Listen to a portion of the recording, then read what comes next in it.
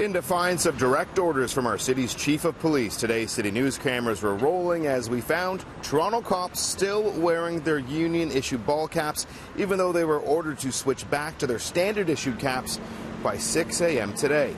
It's a situation that has many in the city asking today, who's the boss?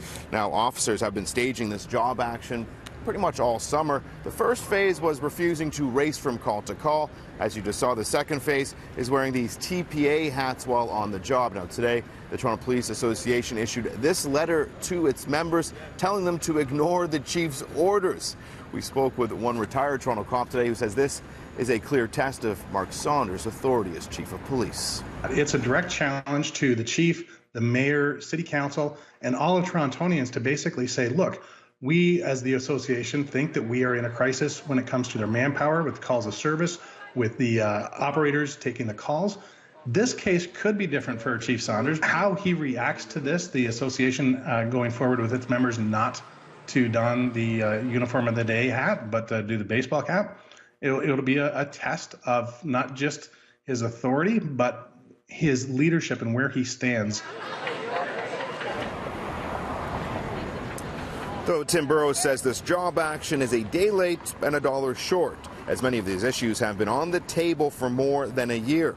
The chief and the mayor have publicly addressed the issue, saying they're hiring 80 new officers. Councillor Shelley Carroll, who sits on the police board, has some strong words today for Union President Mike McCormick. 80 new officers are coming on stream. Mr. McCormick knows exactly how long that takes, and he knew that when he sat down and agreed to that with the chief in the chair. So I'm confused. It feels a lot to me like sucking and blowing at the same time. Officers feel like they can't even make a decision without getting themselves into trouble. And so now you've got a force out there that don't feel very good about their job, and they feel like the rest of us has just abandoned them. I think the board needs to reconsider everything they do and talk to the association about how they could feel better about doing their job. Now, it's still unclear as whether or not officers will be punished for refusing to follow the chief's orders. We reached out to Toronto Police Communications, Mark Pugash, today.